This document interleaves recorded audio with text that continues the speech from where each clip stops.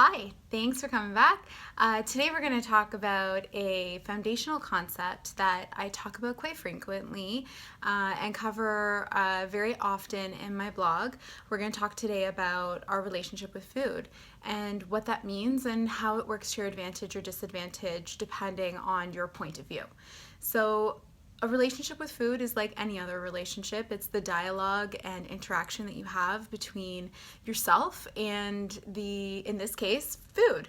It's how you think about food, it's how you feel about food, it's how you use food in your life to either make you feel better or in a lot of cases worse. An example of a relationship with food and how we use food, how we think about food could be every single night. We always have the conversation when we get home with our partners, with our boyfriends, with our girlfriends, with our families.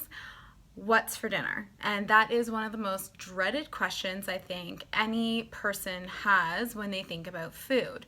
What are they going to cook? How does that make them feel? The anxiety that can start to raise within you when you have to figure out what to put on the table. What does everybody like? What does everybody dislike?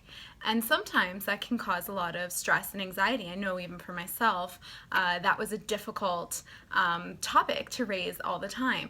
One of the tips that I have is to perhaps even sit down with everybody in your home and make a list of everybody's favorite meals. And I find that putting that calendarization around what food everybody likes and how to create exciting and fun meals tends to get everybody around the table enjoying and having less anxiety around food.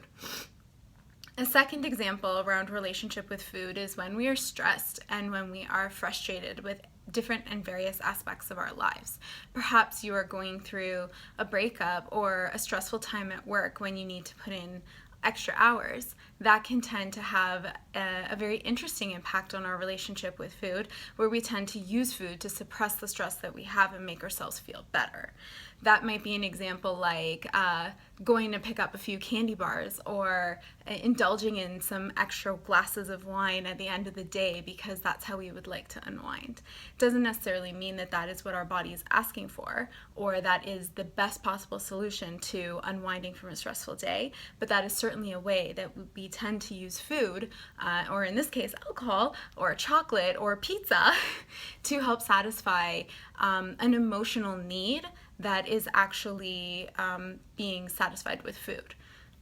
The last piece that I'd like to touch on as it relates to our relationship with food is the emotional aspect of what food can give us and how it can nourish us from a pleasurable experience, how it can numb out feelings of unwantedness or desire or frustrated feelings or feelings of anxiety, and that can be attributed through behaviors like binge eating or overindulgent.